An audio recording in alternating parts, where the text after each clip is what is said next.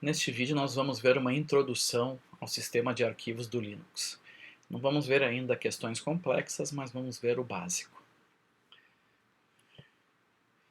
O que é um sistema de arquivos? Na verdade, o sistema de arquivos é o componente do sistema operacional responsável por organizar a questão do armazenamento no disco rígido, armazenamento no CD-ROM, armazenamento no pendrive, né? Os recursos de armazenamento do sistema. Isso que é o sistema de arquivos. Então, cada sistema operacional tem pelo menos um, mas normalmente mais do que um, sistemas de arquivos que permitem essa organização dos recursos de armazenamento. Quais são os componentes básicos de um sistema de arquivos? Tem a questão do que a gente chama de namespace, ou qual é o esquema de nomes, né? Como é que eu organizo os arquivos dentro desse sistema, como é que eu indico pastas, diretórios, enfim. Tem uma API, né, que é um conjunto de chamadas de sistemas que permite que os softwares sejam desenvolvidos para que a gente possa navegar, manipular arquivos ou outros objetos que estão no sistema de arquivos. Todo sistema de arquivos tem um modelo de segurança. Esse modelo de segurança vai gerenciar quem pode acessar aquele sistema de arquivos, quem pode acessar um diretório dentro do sistema, quem pode acessar um arquivo dentro de um diretório, enfim. Então, se a gente usa o Windows, a gente sabe que os arquivos que a gente cria na nossa pasta podem não ser visíveis para outro usuário. Então, isso é o modelo de segurança. E cada sistema de arquivos tem uma implementação, enfim. A gente conhece as implementações pelos nomes como NTFS, FAT32, ISO 9660. No Linux a gente conhece essas implementações como ext2, ext3, ext4, enfim. Um conceito fundamental dentro de sistemas de arquivos é o conceito de caminhos. O que acontece? Os arquivos dentro do computador, eles não estão largados todos no mesmo lugar. É preciso organizar esses arquivos, senão eles ficam muito difíceis de serem encontrados. Então, todo sistema operacional tem um sistema de arquivos que organiza os arquivos em pastas, ou, se a gente usar o termo não tão metafórico, organiza esses arquivos em diretórios. Então, os arquivos são organizados numa hierarquia de diretórios, como se eu tivesse pastas dentro de pastas, diretórios dentro de diretórios. Aqui a gente tem essa imagem, né? A gente costuma dizer que essa hierarquia dos arquivos, ela é em formato de árvore. Mas onde é que está a árvore aqui? A gente tem que considerar que o nodo mais de cima dessa árvore, o elemento mais de cima dessa árvore, é a raiz. E a gente chama isso de barra nos sistemas de arquivos e especialmente no Linux. A raiz vai se ramificando, né? A gente pode dizer que a gente começa a ter galhos aqui. Tá? Então, dentro do diretório raiz, a gente tem 3 subdiretórios. Um chamado bin, um chamado users e um chamado mnt. Dentro do users, a gente tem 2 subdiretórios. Um chamado share e outro chamado andrew. Dentro do andrew, a gente tem 3 outros subdiretórios e assim por diante, até que a gente chega num determinado arquivo ou um subdiretório que não tem mais nada dentro. O que é o caminho? O caminho é a sequência de subdiretórios que eu percorro para chegar num determinado arquivo. Então, digamos que aqui dentro de downloads tem um arquivo chamado teste. O caminho para teste é barra users, barra andrew, barra downloads, barra teste. Então, o caminho é a sequência de diretórios percorridos para chegar no arquivo, separados por barra. A gente pode ver isso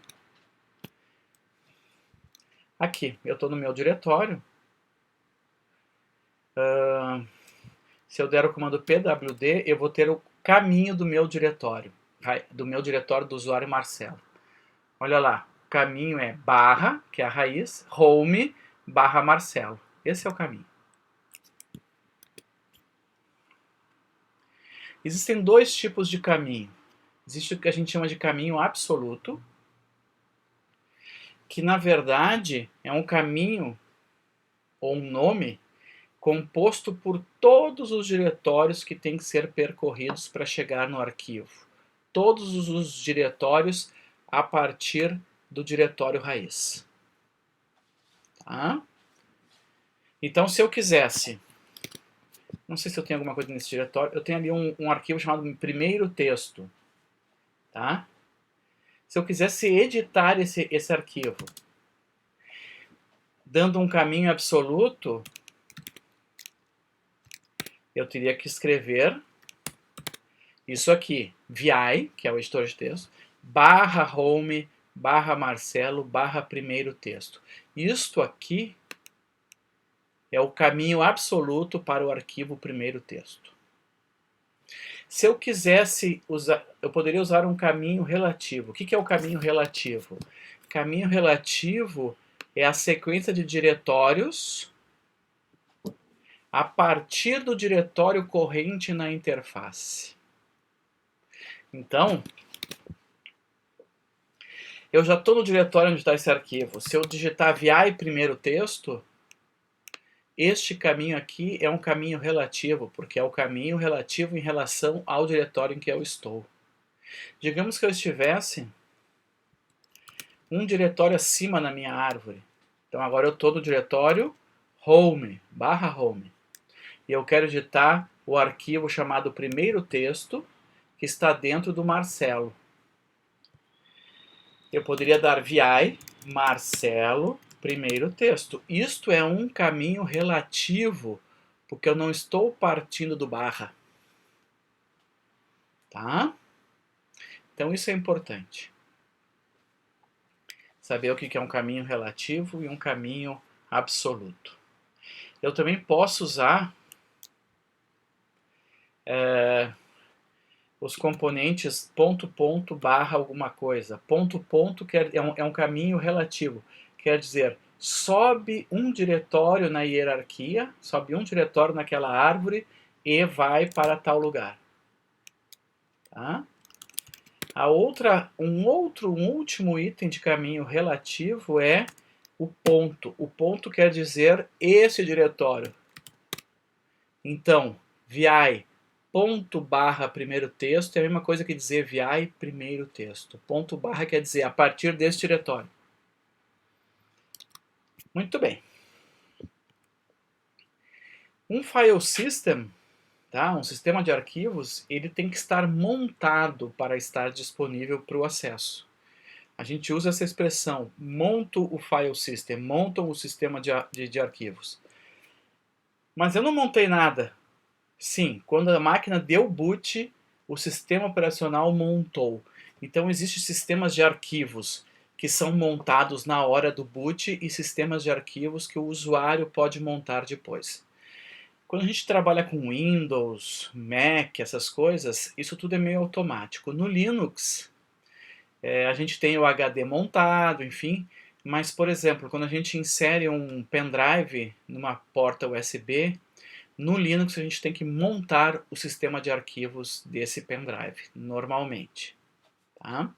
Então, montar é tornar aquela árvore, aquele sistema de arquivos disponível para o acesso. Tá? O comando para montar, embora a gente não vá usar agora, é o comando mount. Comando mount. Tá? Eu também posso desmontar um sistema de arquivos. Eu posso desabilitar o acesso a esse sistema sem perder nenhum dos arquivos que estão lá dentro. Para isso a gente usa o comando unmount. O que me interessa aqui nesse vídeo é identificar quais são os sistemas de arquivo que estão rodando, que estão disponíveis na minha máquina virtual exemplo aqui. Para isso eu tenho um comando bem interessante chamado df. Se eu der o comando df, ele vai me mostrar todos os sistemas de arquivo, até aqui ó, file system, todos os sistemas de arquivo que estão montados. Tá? Se eu der df menos k, ele me apresenta aqui na coluna do espaço disponível, ele me apresenta em kbytes. Se eu der o comando df-m, vai ser em megabytes. Vamos ficar com o df-m. Tá? Então, o que está sendo mostrado aqui? Todos os file systems montados. Existem sistemas de arquivo que não são usados exatamente para gravar um arquivo. Tá? Esses não nos interessam hoje. Então, os que nos interessam hoje são estes aqui.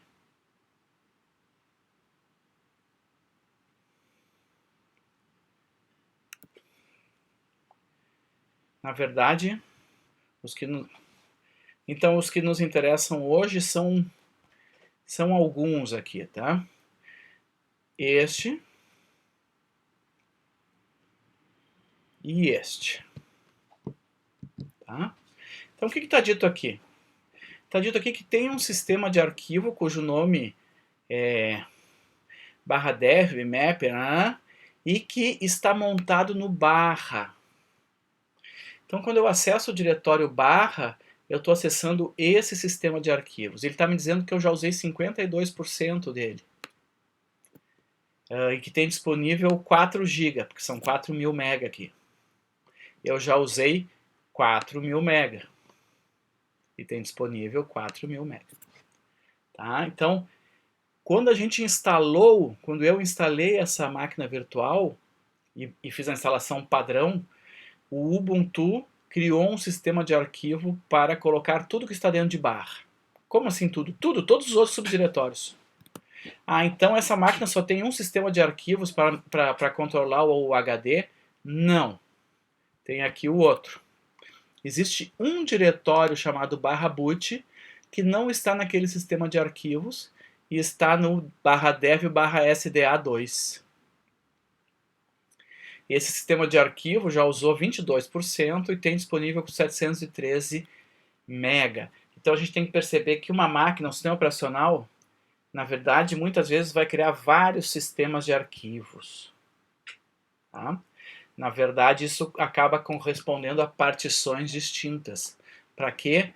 Para organizar, porque algumas partições eu quero que tenha mais leitura escrita, outras só leitura, enfim. Isso foi o padrão que ele criou. Então o comando df-k ou df-m, sei lá, vai me dar os diversos file systems e o espaço ocupado. O que são esses outros aqui? Esses outros, esses por exemplo que estão com 100% e tal, 0%, são na verdade esquemas em que para resolver outros problemas, como por exemplo a instalação de um dispositivo, eu acabo criando um file system. Tá? Mas não é objeto desse vídeo. Então a gente tem essa árvore, né? Essa árvore. Eu posso ver um pouquinho dessa árvore aqui, ó. Se eu for para o diretório raiz, cd barra, e der um ls, eu vou ver que eu tenho todos esses subdiretórios dentro do diretório raiz. Então e dentro desses outros subdiretórios a gente tem outros. Então a gente tem uma árvore. A gente precisa decorar quais são os diretórios existentes no Linux? Não. Não faz sentido. Mas é bom conhecer alguns básicos. Então, /home é o diretório onde vão ficar os diretórios dos usuários. Então, cada usuário que eu criar vai possivelmente ter o seu diretório dentro do /home. O root é uma exceção, tá?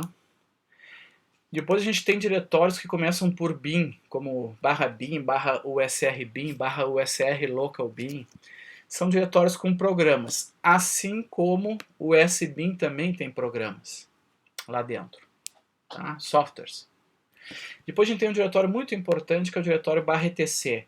Ali estão muitos arquivos de configuração. Talvez a maior parte dos arquivos de configuração esteja no diretório /etc. Tá? Então tem uma série de subdiretórios para os diversos serviços instalados e as configurações vão estar dentro do /etc.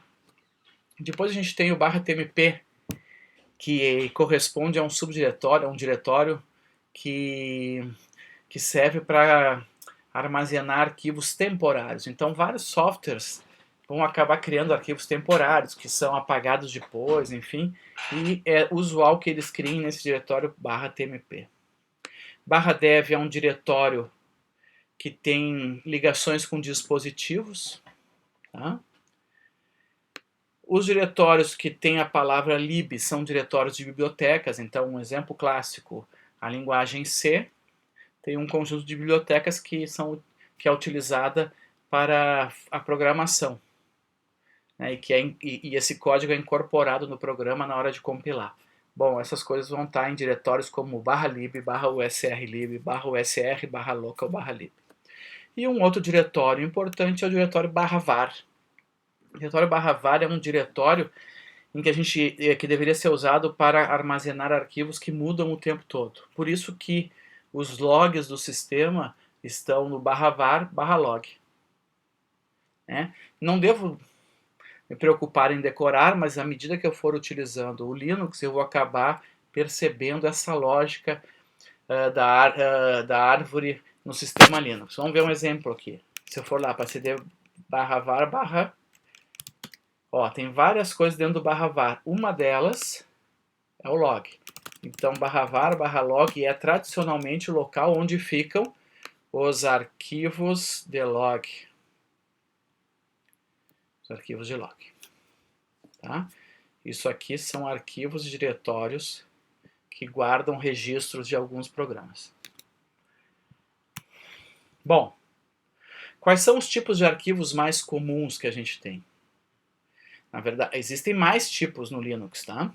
Mas esses 3 tipos aqui são os mais comuns, que são os arquivos normais, os arquivos do tipo diretório e os arquivos do tipo link simbólico. O que são os arquivos normais? Bom, o próprio termo já diz. São aqueles arquivos onde eu guardo textos, dados, programas, bibliotecas, enfim. Tá? Então, por exemplo,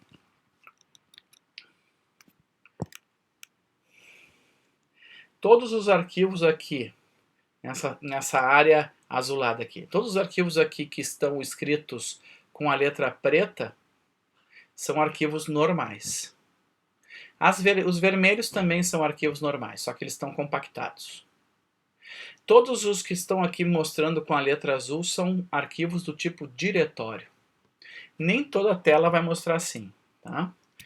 Na verdade, a maneira correta para eu saber o tipo é dando um ls-la, e aqui na frente os arquivos normais começam com um traço.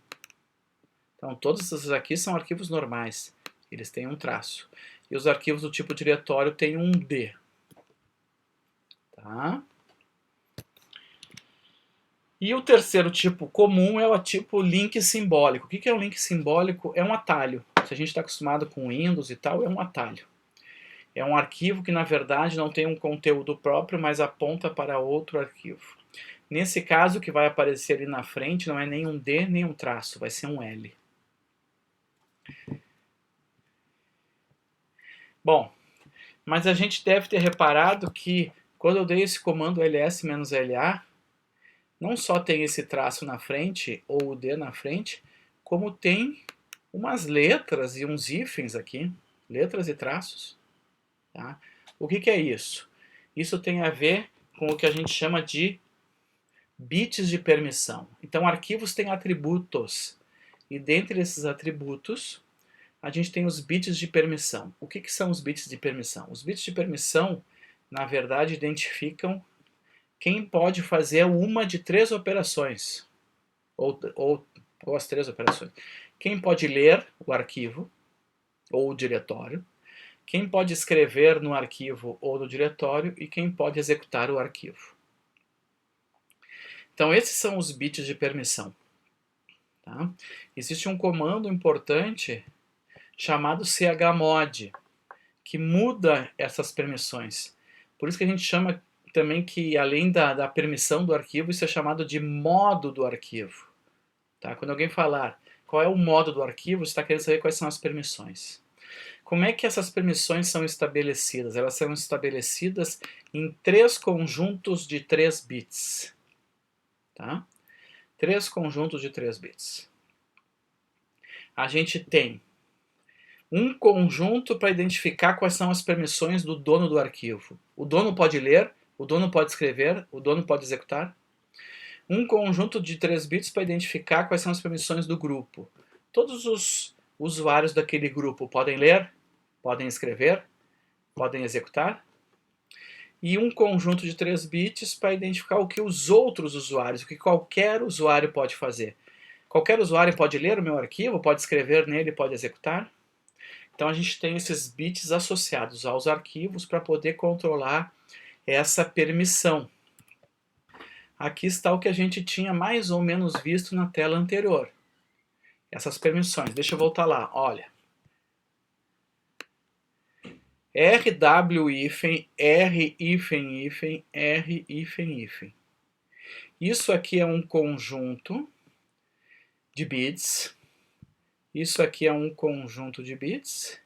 E esse aqui é o último conjunto de 3 bits. De quem? Do arquivo que está aqui. No caso, eu peguei aqui o dmesg4gz. Tá? Olha como é que funciona. A ideia é, para cada arquivo, a gente tem 3 conjuntos. O primeiro conjunto é do dono. O segundo conjunto determina as permissões do grupo. E o terceiro conjunto determina as permissões dos outros usuários. Então eu tenho que dizer, se esse bit aqui estiver ligado, se o primeiro bit, o bit mais significativo, do conjunto do dono estiver ligado, então o dono pode ler. Se o segundo bit do dono estiver ligado, então o dono pode escrever. Se o terceiro conjunto dos bits do dono estiver ligado, ele pode executar. Então a gente tem um número, com 3 bits, na verdade a gente tem um número octal. A gente tem um número octal que determina a permissão para cada um dos usuários, para o dono, para o grupo e para os outros usuários. Então, por exemplo, se eu quiser que o dono faça tudo, todos os bits têm que estar ligados. Eu tenho que ter aqui embaixo, ó, read, write e executa. Todos os bits têm que estar ligados, tem que estar 1, 1, 1. Isso é um set. Então, um set no primeiro conjunto determina que o dono faz tudo. Um 4, vamos ver aqui, um 4 no segundo conjunto. Um 4 diz que só liga o bitzinho do read, ó. 4 é 1, 0, 0. Então, um 4 no segundo grupo vai dizer que o grupo só pode ler. Quando a gente dá ls menos LA, a gente vê isso aqui, ó. Vamos pegar aqui o dmesg. Esse aqui não nos interessa, é o tipo do arquivo. O que nos interessa são as permissões. É isso aqui. O dono, o primeiro conjunto é o dono. O dono pode ler, tá lá o R, pode escrever, não pode executar. Por que não? Porque isso não é um executável, é um arquivo texto. O grupo pode ler, não pode escrever e não pode executar. Outras pessoas podem ler, não pode escrever, não pode executar. Aqui nós podemos pegar um diferente, ó. Do arquivo outlog aqui. Outlog, ó. Outlog. Então, o dono pode ler e escrever, mas não pode executar. Outlog não é para executar, não é um arquivo a executar. O grupo pode ler e o grupo não pode escrever nem executar. E os outros não podem fazer nada também. Tá? Então, ls-la vai me dizer o que as pessoas podem fazer. E por que eu preciso... Por que eu preciso saber essa coisa aqui dos números e tal? Porque se eu quiser mudar a autorização de um arquivo, eu vou lá para a minha tela, lá para o meu diretório, perdão. Estou agora no Marcelo. Eu vou ver aqui a autorização do primeiro texto. Ó, primeiro texto eu posso escrever e ler. E os caras do meu grupo também podem escrever e ler. Eu não quero isso. Eu quero que eu possa escrever e ler, que o meu grupo só possa ler e que os outros não possam nem ler. Existe um comando chamado chmod que eu tenho que dizer quais são as permissões, se eu quiser mudar as permissões. Então veja, O primeiro dígito é 0, é um número octal. O primeiro dígito é 0. Não interessa agora por quê. O segundo dígito são as permissões do dono. É read, write e não executa. Liga o primeiro bit, liga o segundo e deixa desligado o terceiro. Isso é o número 6. É 110, é o número 6. Ah, será mesmo? Ó, 110, leitura e escrita para mim, número 6. Agora eu quero que o próximo conjunto é esse aqui, eu quero mudar esse aqui. Eu quero só read, então é 4, porque é 100. E para os outros usuários não quero que faça nada, então é 0, tudo desligado. Então lá, se eu der chmod 0, que é obrigatório no começo, 640, eu vou estar alterando para read, write, read e nada. Será? Tá aqui, ó. Read, write, read e nada. Então eu preciso conhecer essa questão dos bits, porque para usar o comando chmod, que é o comando que permite que eu modifique as autorizações de um arquivo ou de um diretório, eu vou ter que usar esse número octal.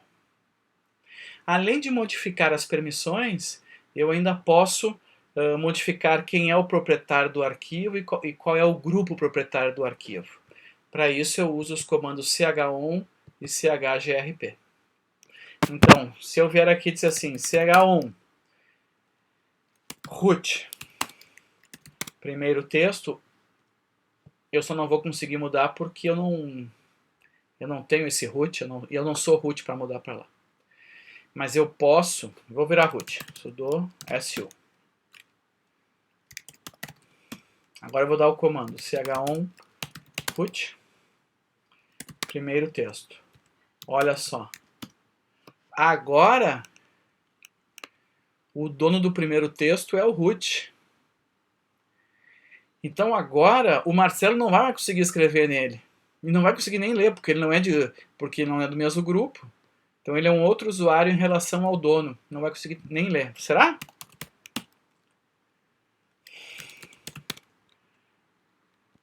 Ler eu consigo porque eu devo fazer parte de um... Ah, sim, porque o grupo está aqui. O grupo está o grupo do Marcelo. Mas se eu fizer isso aqui, se eu virar root de novo, e fizer chon root do grupo root, primeiro texto, e sair de novo, virar Marcelo de novo. Cat, primeiro texto. Não consegue ler, ó. Permissão negada. Por quê? Porque agora o dono do arquivo é o root e o grupo do arquivo é root também. E o Marcelo não pertence a esse grupo. Então, claro que a gente tem que cuidar bastante com quem é dono, com o chmod que a gente faz, enfim. Certo? Então, lembrem que tem aqui os comandos chmod, chon e chgrp para administrar as permissões. Chgrp é para mudar o grupo ao qual pertence um arquivo. Tá? Vocês viram que eu acabei mudando o grupo usando um chon e usando um 2 pontos no meio. É outra maneira. Espero que a aula tenha sido útil. Pratiquem.